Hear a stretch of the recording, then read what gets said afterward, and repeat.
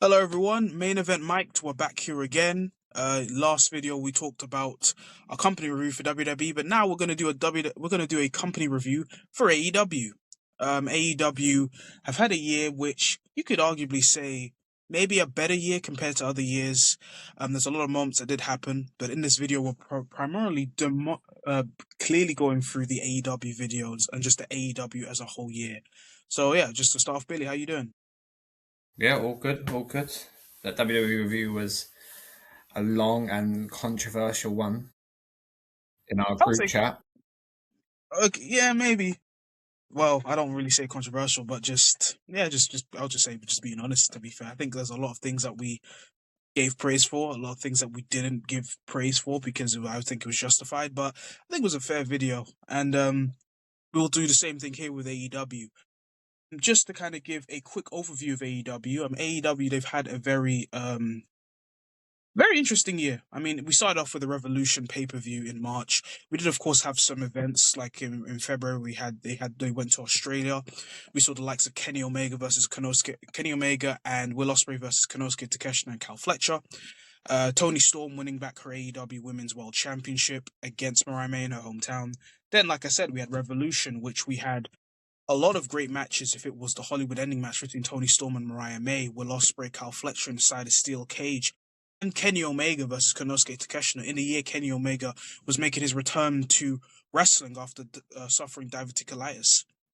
We also had AEW Dynasty, Double or Nothing, which a lot of people, and I would even argue, is one of the strongest AEW pay per views this year, especially with the Owen Hart Cup finals of both the men and the women, the insane Anarchy in the Arena match where you had let the bodies hit the floor as Kenny Omega's throwing a dive. Yeah, That was amazing. And then you had arguably AEW's biggest show of the year, all in Texas. So big that WWE threw three shows on it just to be petty. But but ignoring that, a lot of great moments. Of course, we had the return rivalry of Okada versus Omega, a rivalry which was so famous in New Japan and so famous in both of their careers that it was came to the US soil.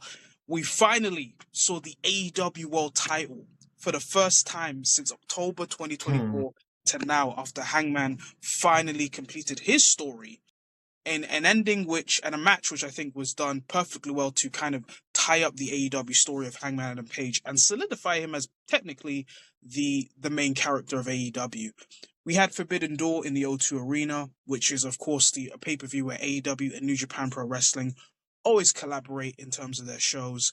Um, then we had Wrestle Dream. We also had All Out, which happened as well in September.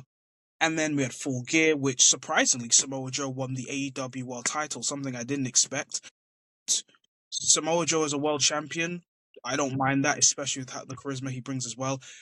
Also at Wrestle Dream, Chris Statlander winning the AEW Women's World Title, something that I didn't expect there as well. We also then, after John Moxley's loss of the AEW World Title, we start to have a storyline where we're thinking, is John Moxley going to get kicked out of this Death Riders group? Because he keeps losing. You've lost so many matches. But then it pulls into the tournaments we had, and we had some great tournaments. We had the Owen Hart tournament for both the men and the women. They introduced the women's tag team championships in a tournament, and then we have arguably AEW's best tournament, the C2, the Continental Classic, which happens from end of November all the way to the final pay per view, which was AEW World's End, where we had the semi-finals and the finals of the Continental Classic, and MJF 2 years when he lost his AEW World Title in that whole Adam Cole storyline. It's kind of meh at the time, and it's still meh, unfortunately. In 2025, regains the AEW World Title and is now currently the AEW World Champion once again. So that is kind of the overview of AEW in 2025. And just to kind of start off on the positives, just like we did with the WWE video, they just had strong pay per views. I'm just not gonna lie. A lot of their pay per views, I never really hated a pay per view. There's probably been some matches that I've hated, and it'll probably lean into my worst moments of AEW. But to start off, they just had very strong pay per views in 2025. What do you think, Billy? Yeah, pay per views. We always say they're just so long. Yeah, That's the only that's downer is they're yeah, just too long. There's about 4 pre-show matches, usually about another 10 matches on the card, maybe 11. Yeah, But for pay-per-view quality, they they deliver every year, don't they? With the pay-per-view yeah, qualities. yeah. I The think only definitely. Yeah. thing You go. I would say as a negative to one of their pay-per-views is we forgot to mention WWE how War Games just feels forced now. Yeah, And I think it's starting to feel forced a bit with Forbidden Door because we always see Japanese wrestlers anyway throughout the year. I don't think it needs to be a pay per view anymore. yeah. I get that as well. I think that will kind. I do agree with that statement in terms of the essence of the Forbidden Door doesn't really feel Forbidden Door anymore. And I think because of the relationship of New Japan, and also that AEW have taken all their best wrestlers, and I think after Wrestle Kingdom, especially the retirement of Hiroshi Tanahashi, it almost feels like where are New Japan's big players now? And I think that's maybe something for a different topic as well. I think it's just going to still going because maybe Forbidden Door gives something for them for New Japan as well, something for them to kind of have a show about and showcase their talent. Because literally, they had their wrestlers wrestle at Forbidden Door in London. They're gonna maybe have them wrestle back in America.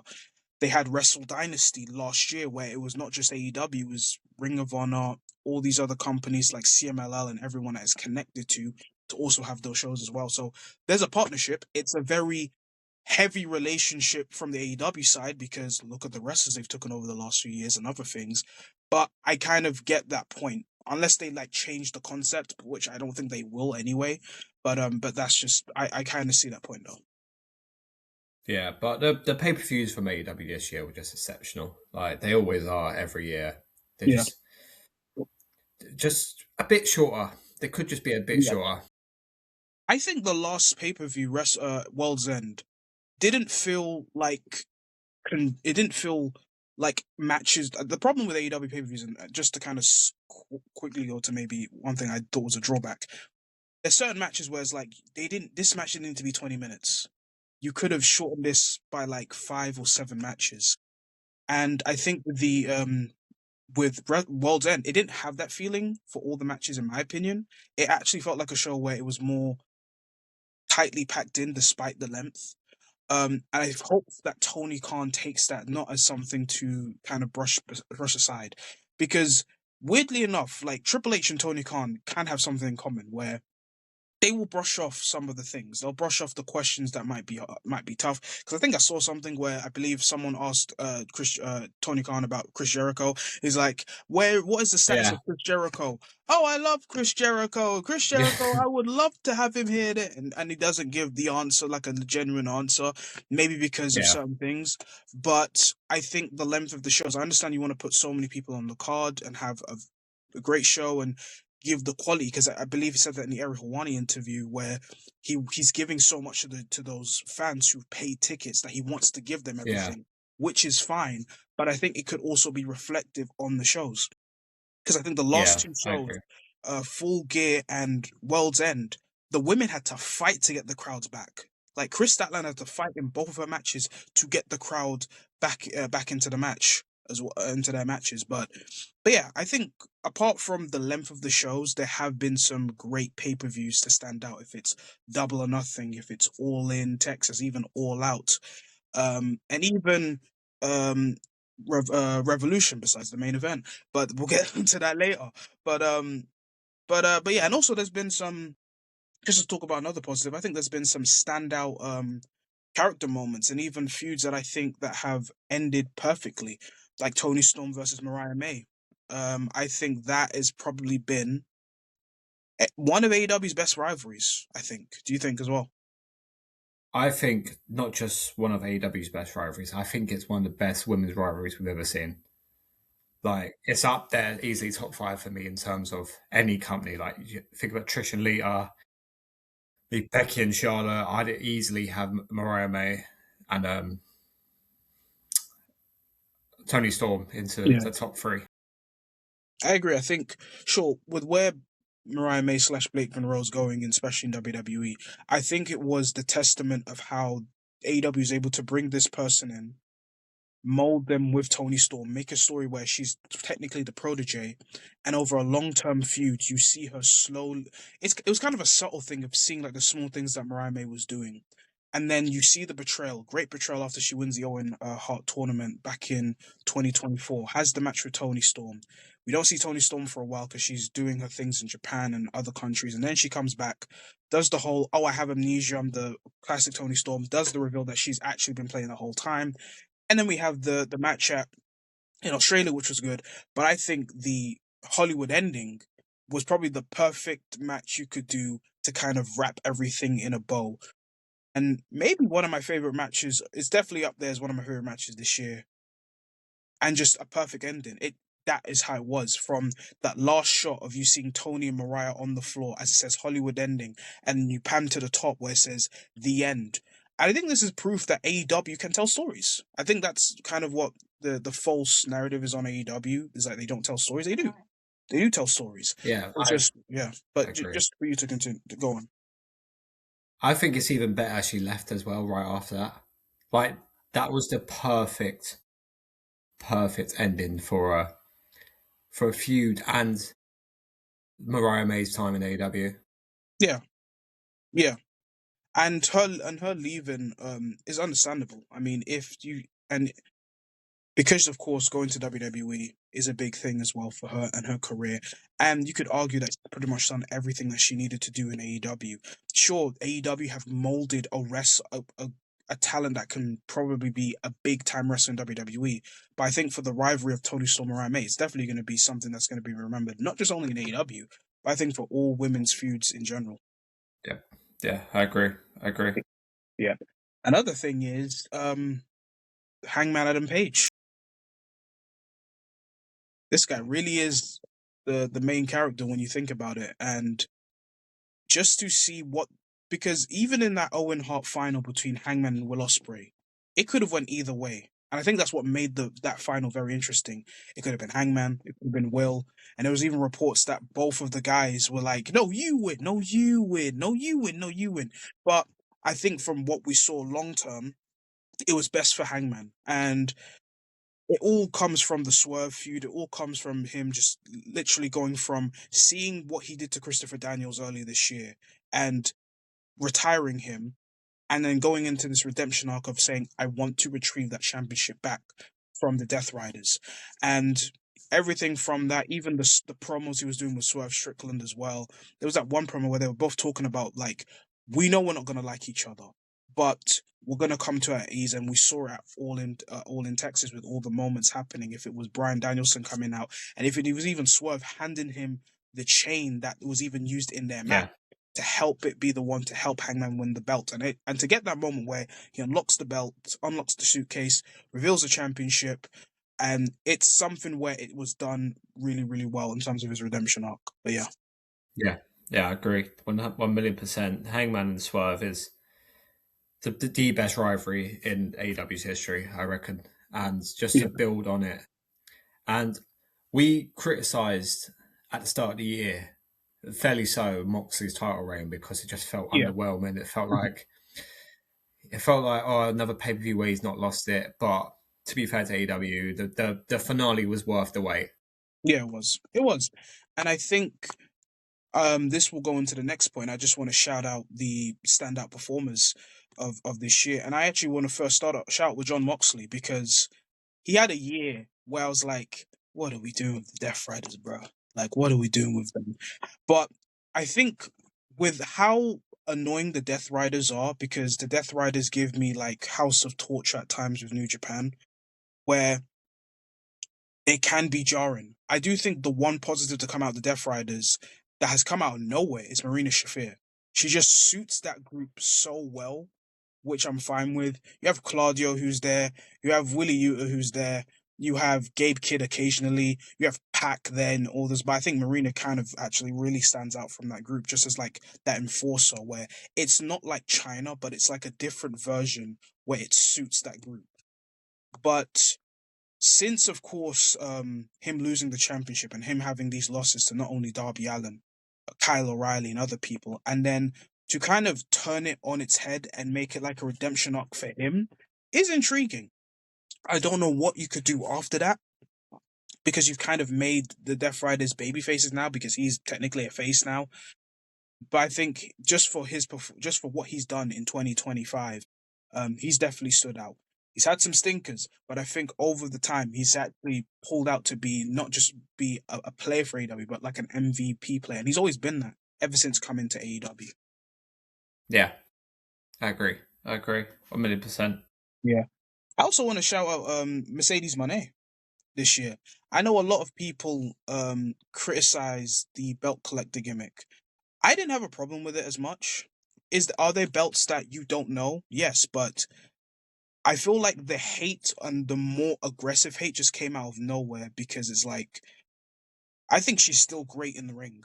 I think the character is maybe still WWE, but still kind of taking some things in.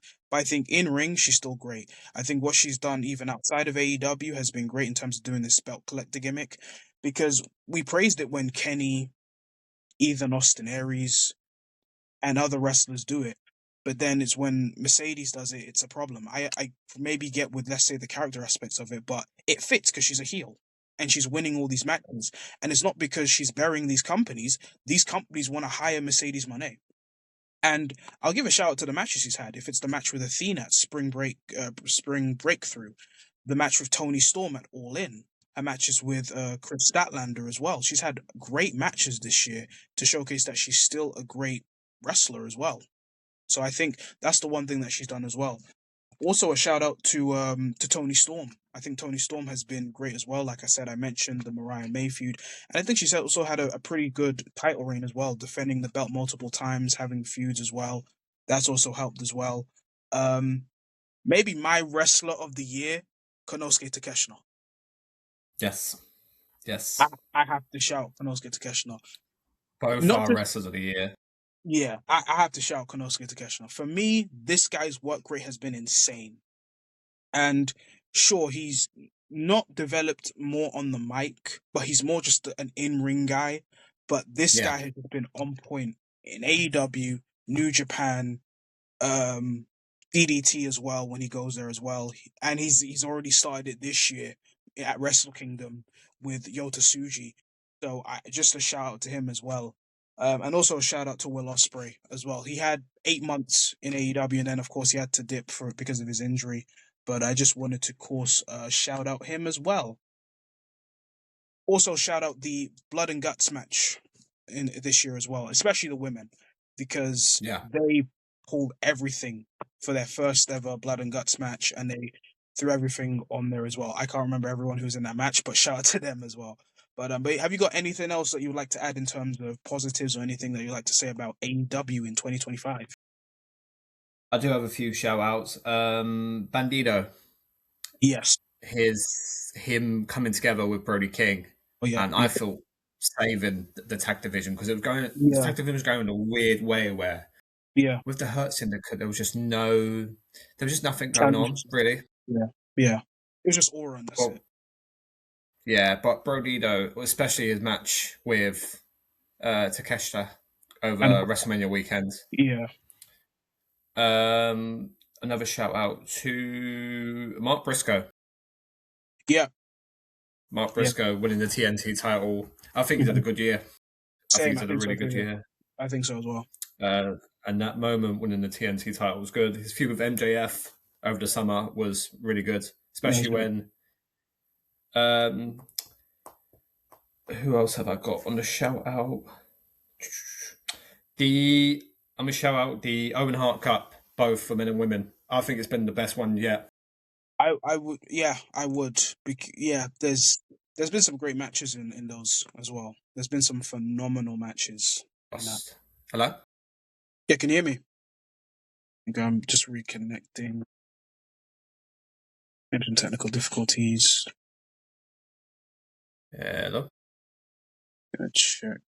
So can you hear me now?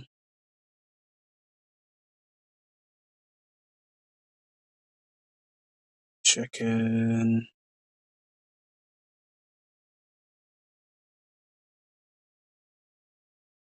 Hello?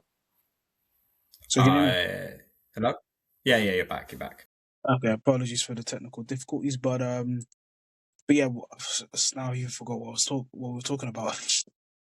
I last had the Owen Hart Cup. Yeah, just to say, there's been phenomenal matches in the Owen Hart Cup. So I definitely agree with that.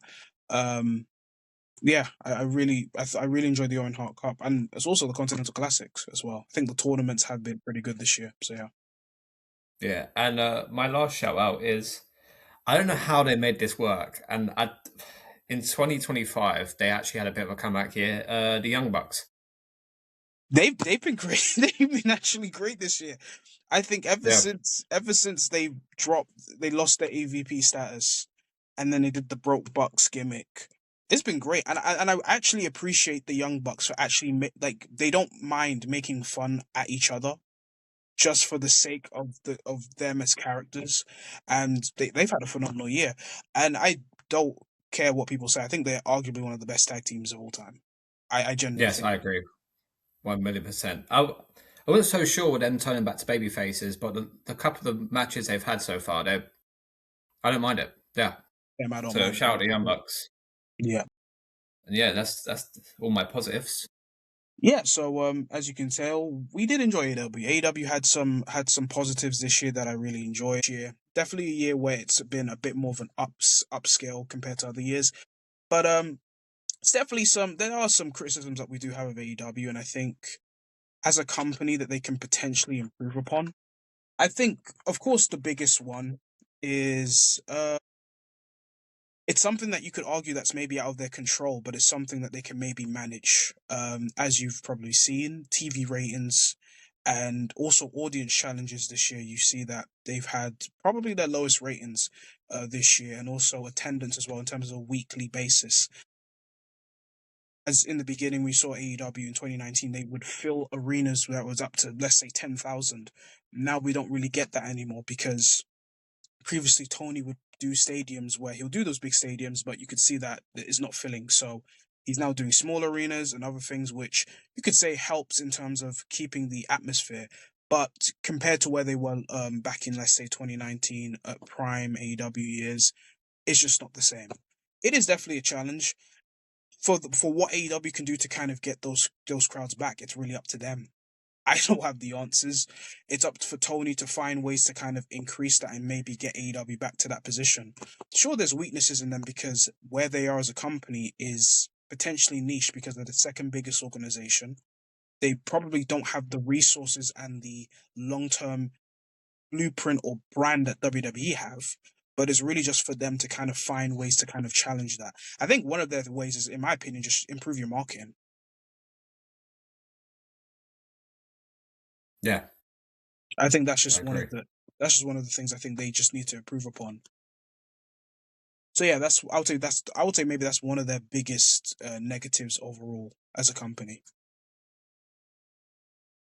And of course, and of course the occasional. I think there's the occasional overbooking of certain things, especially in AEW, that hasn't really helped them as well.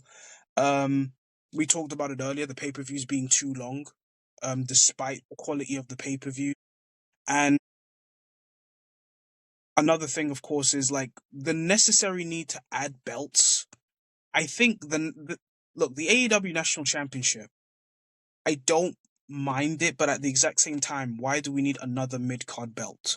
Because we have the Continental Championship for some reason. Now that's gone. Well, the unified belt is gone because they've dropped the rules. It's no longer unified. It seems like they only made it for the Okada Omega feud. Then you have the International Championship. Now you have the National Championship. So you have three mid TNT card belts. title. Oh, four actually, four TNT championships. So you have four mid card belts, and it almost feels like Tony, for some reason, wants to just make like a wish list. The one example in my head is like when back in WCW, when Chris Jericho had that long list he would roll out. Yeah, That's Tony Khan. It's almost like I need this list of matches just to kind of showcase everything and do this and do this and do this, all these titles and everything. I think less is more. I know you've now introduced the national championship. You have Ricochet defend it, who I don't mind as a first option. I think he's the type of cowardly heel that you can have, especially with his group. But I think that should also just be a case that they should have as well. Um, but yeah, I think in terms of negatives, those are the negatives I do have with AEW. because some of them will also go in the worst moments. I don't want to reveal too much, but is there any moments that you have, or any things that you saw in AEW that you would like to critique? The negatives, I had more titles as negatives. We didn't need another, as you said, a mid card championship. Mhm. It lessens the importance of all your mid card titles. The TNT a few years ago meant like so much in AEW. Now it just feels like nothing. It just feels like another title just give to someone if they've like had a few good months or something. Um, a negative I wanted to put is there's been a couple of storylines this year that they've started and then just finished within a couple of weeks. Mhm. Two of them involving MJF. One of them is when he joined the Hurt Syndicate. And then three Yeah, weeks yeah, later, they were like, look, like this ain't working.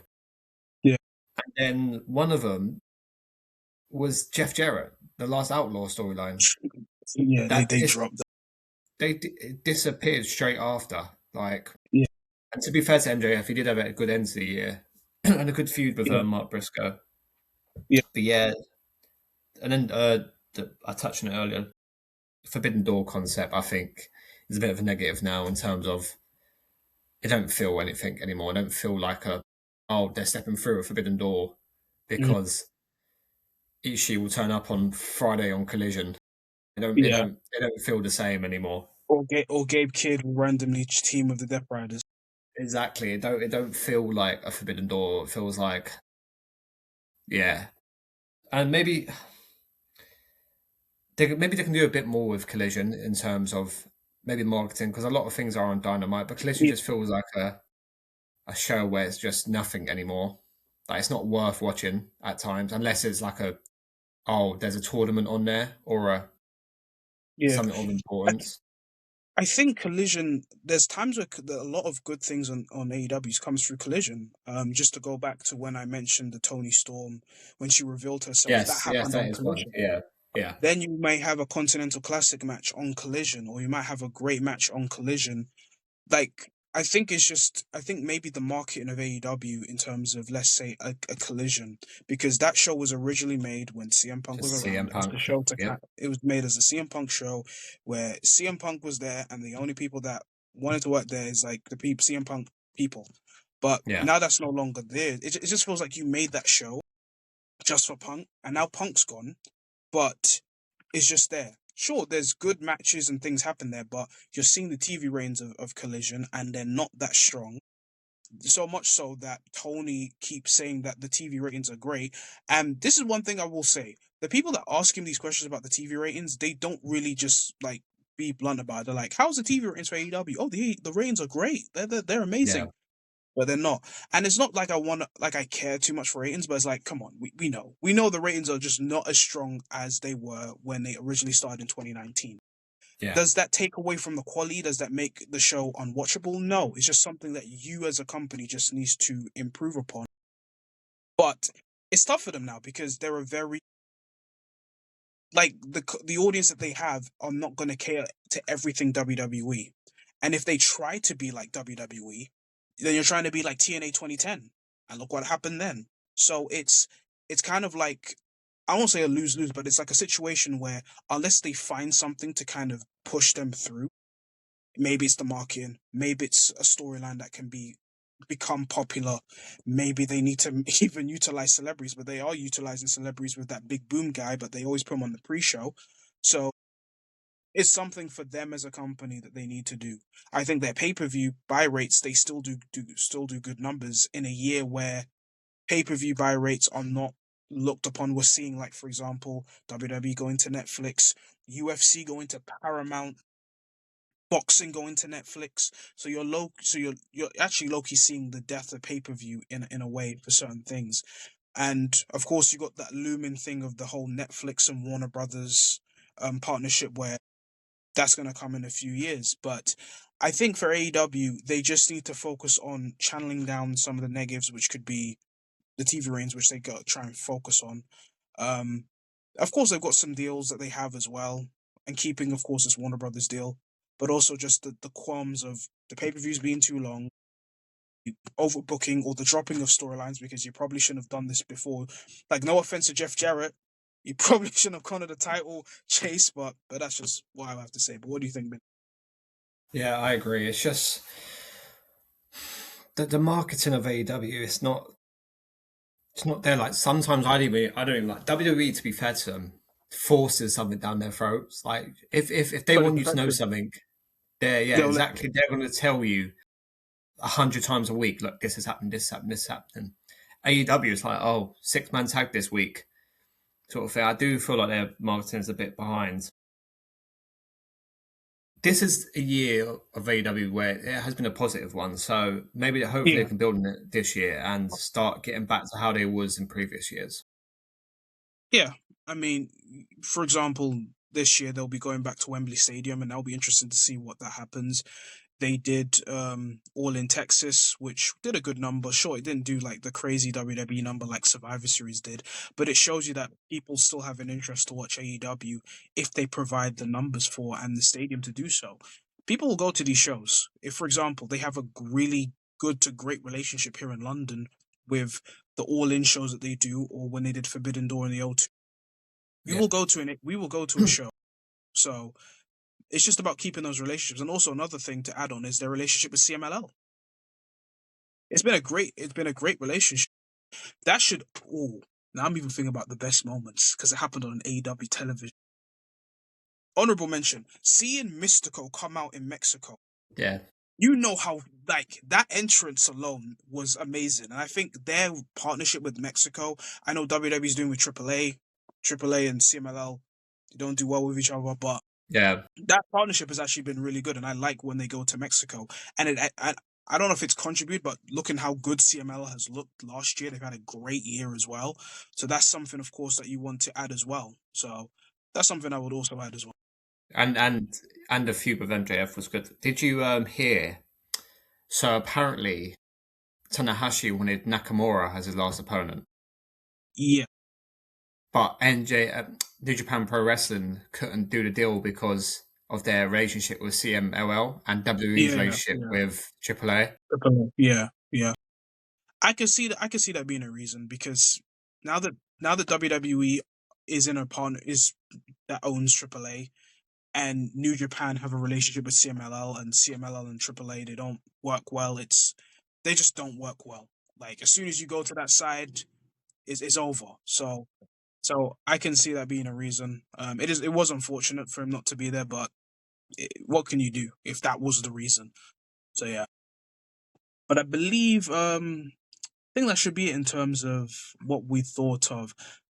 So we will what we're gonna do is we're gonna go to our matches of the year. So I'm gonna start off my one. There was a lot of great matches this year. Ah, I actually have 20, but I'm gonna just Hmm. give some honorable mentions. Start off just honorable mentions. Mercedes Money versus Athena. This was one of the first round matches in the uh women Owen Hart Cup. I thought this was a great match between Mercedes and Athena. Two people that I don't think have wrestled with each other. And Tony, put Athena on AEW television, please. Let's relax this Ring of Honor.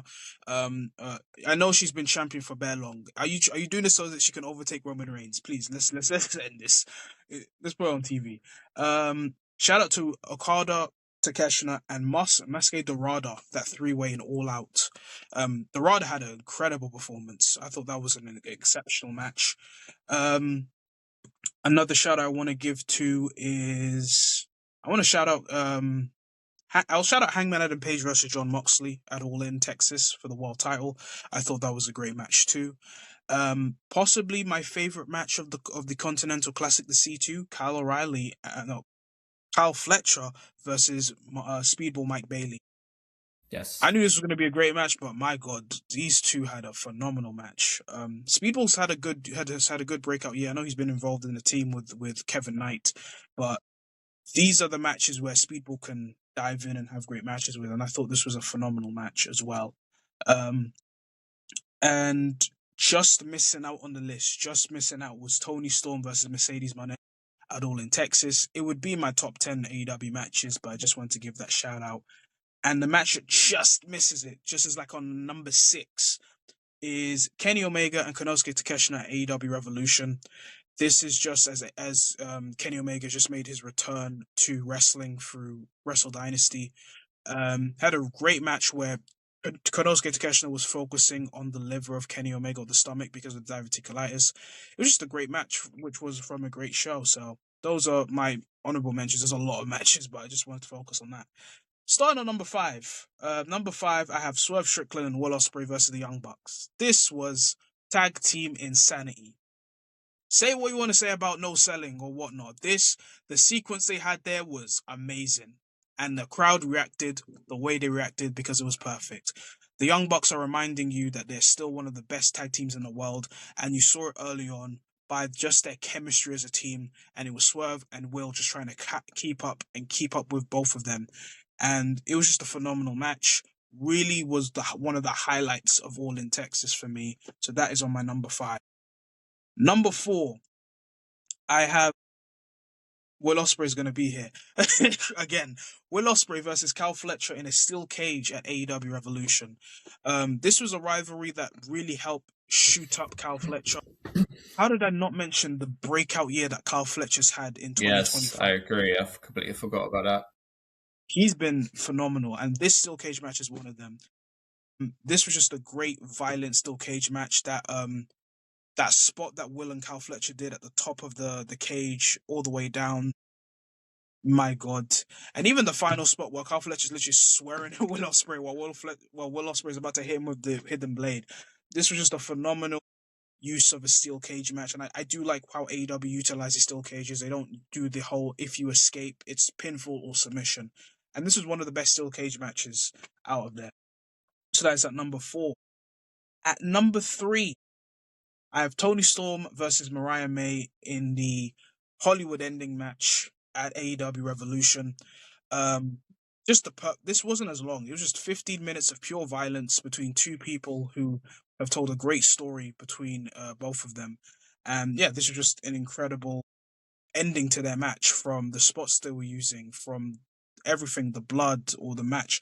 Everything was done well because of the rivalry you've seen between both of them.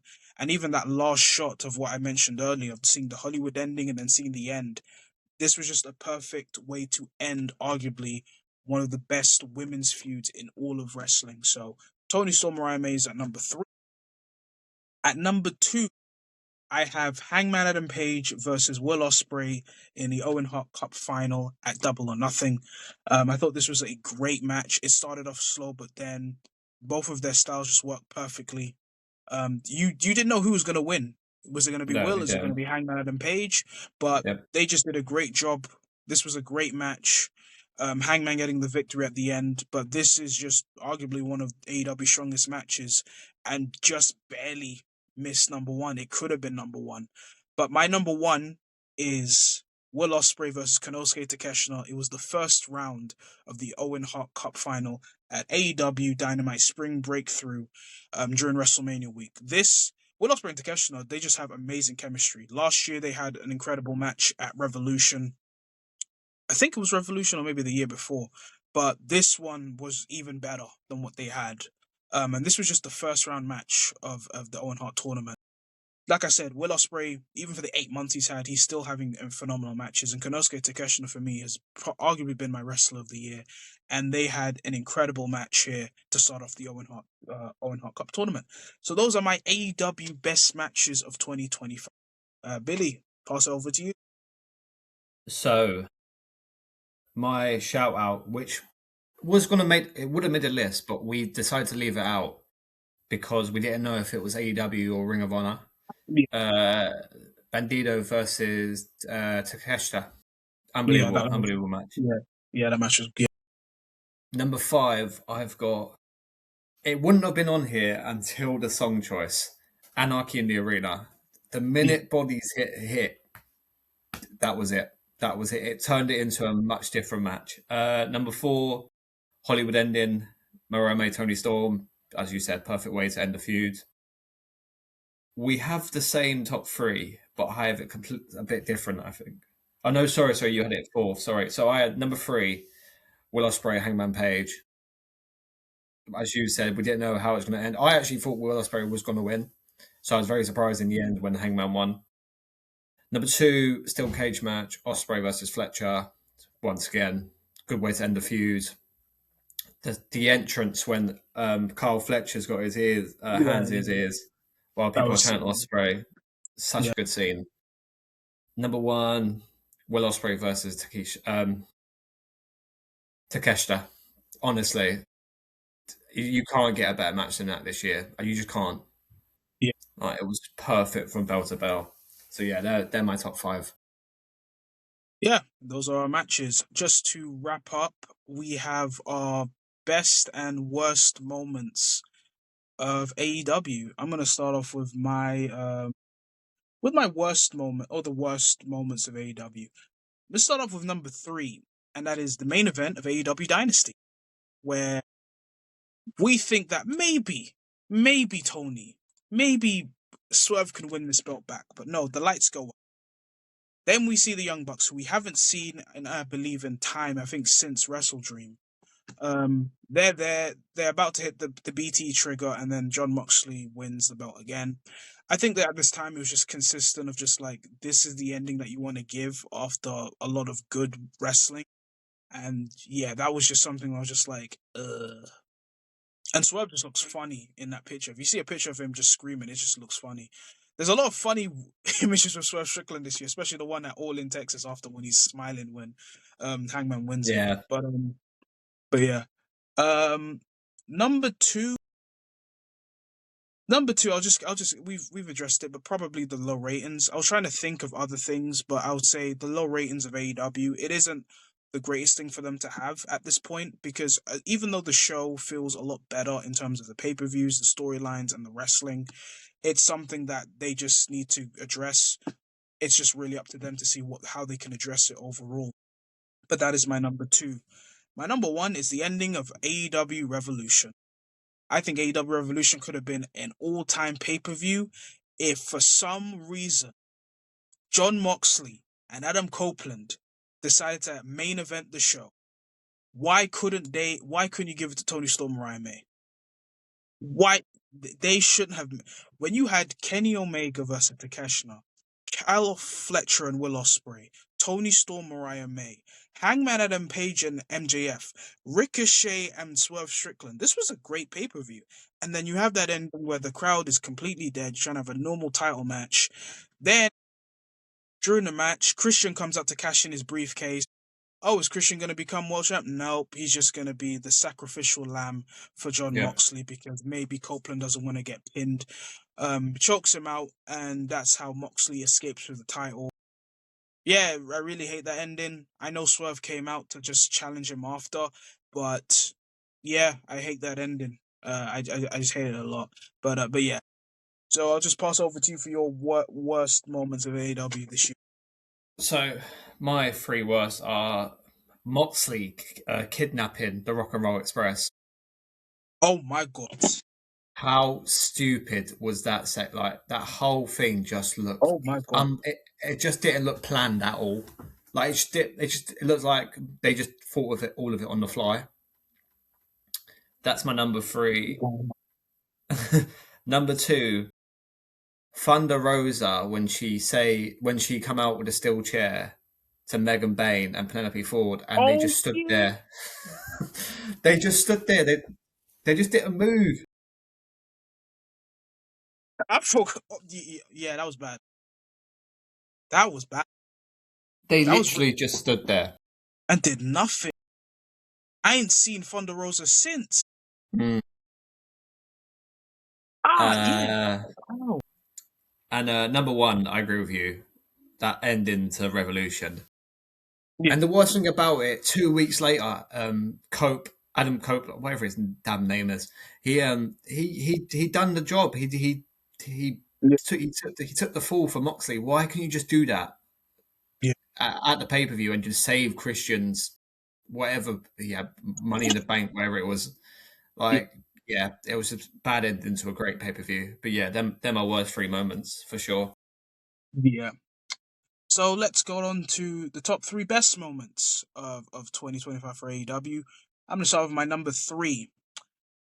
This I don't know why I was thinking over I want, like I said, shout out to Mystico's entrance at the Grand Slam Mexico. But this one has always stuck with me because it was such a cool moment. Because we still right now don't know when this guy's gonna come back. But I'm gonna say the entrance for Will Ospreay at Forbidden Door.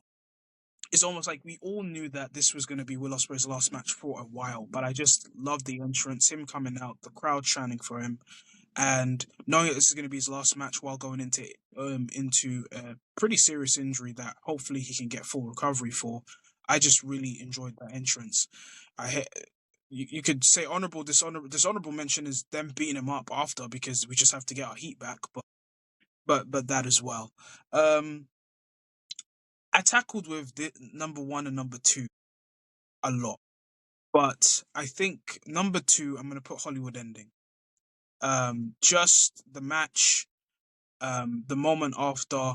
It's arguably storyline perfection. Just to end how they ended Tony Storm, Mariah May. We've given them great praise because it's deserved. So I would put the Hollywood Ending at number two. Number one, the All in Texas ending. The match, the ending, Hangman finally winning the title, him unlocking the briefcase, him holding that title high, was arguably one of the pinnacle moments of AEW this year.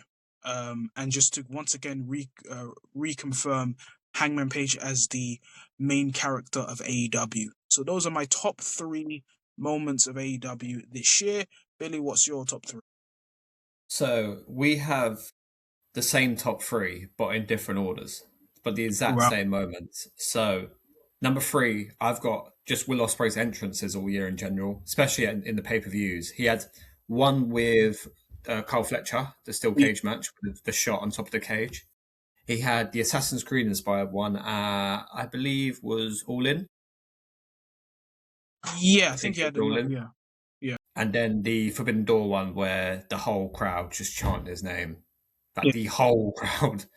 Number two, I've got Hangman winning the title at number two. I think good cap off, as we said, the Death Rider storyline was going a bit poor until the the tournament finished, and we was like, okay, now we can see it's Hangman's story. It's not Death Rider's story; it's Hangman's story.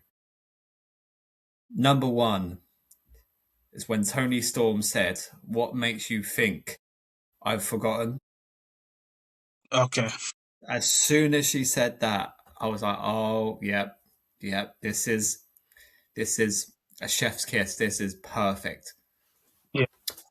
And then yeah, everything that happened afterward with the Hollywood ending is just a feud booked perfectly, and they're my best three moments. Yeah, so thank you for that. And yeah, this is, and I'll give my final grade if Billy would like to give his grade, then that's great as well. Yeah, AEW's had a pretty good year. Definitely one of their better years compared to others. Of course, there's still looming issues of the TV ratings and the attendance, of course, being there. But where AEW is as a company, they just have to just find their ways to kind of get back to it. I think what has stood out for them has been their strong pay-per-view, their TV specials, if it's Blood and Guts, if it's Spring Breakthrough, and of course the great matches that we've also said as well. They always deliver great pay per views. There's been some great standout performers this year and standout moments that have really helped AEW this year. Um, but of course, there's things that they need to improve upon. If it's the overbooking of certain storylines or moments, or improving the time of pay-per-views as well, which hopefully as time goes on they can improve upon, and maybe just a bit more on the marketing side, especially with their partnership with Warner Brothers, which they still have until they'll maybe have to find either renegotiation when the Netflix thing starts to kick in. But I'm going to give AEW in 2025 a B minus. I think it was a good year for them. Probably one of their better years in terms of creative, in terms of pay per views, and in terms of standout moments. But that's my grade for AEW in 2025, a B minus. I'm gonna go with a B, a solid B. I think it's been a good year, especially the pay per views. They've blown it out of the park again, but there's still the same AEW problems of attendance, the length of the pay Yeah. per views. I think this year they need to really focus on just getting the attendance up, getting the gate money back from like TV weekly specials or the TV shows, and then yeah, they should be on track. Yeah, they should be, and what they just have to focus is just focus on themselves, because Tony acknowledged it about the TV, not the TV, the counter programming, and it's they just have to focus on themselves, and I think that's what they've done this year. They focused on themselves. All in Texas focused on themselves. All Out focused on themselves. For Double or Nothing focused on themselves. So that's what they just have to focus on. Focus on what's going to make them successful, not what the business on the other side, the bigger side, is going to do. But yeah, that is our review of AEW in 2025. Completed everything. Hopefully you guys enjoyed. Please like, comment, subscribe, and let us know your thoughts on AEW in 2025. Hopefully our next video will be in discussion of, let's say, what has been going on in terms of WWE, what's been going on in Wrestle Kingdom. As we're recording this video, last night, Papa Yes. H has done something quite unexpected, something I didn't think he was going to do. Drew McIntyre is no longer a fraud. He is no longer fraud checking these feuds and this title. He is entering London as a WWE Undisputed Champion. We might discuss that as well. And there's also other things that we may discuss as time goes on. But yeah, that's been Main Event Mike. I've been Oriodan. I've been Billy. Catch you guys in a bit.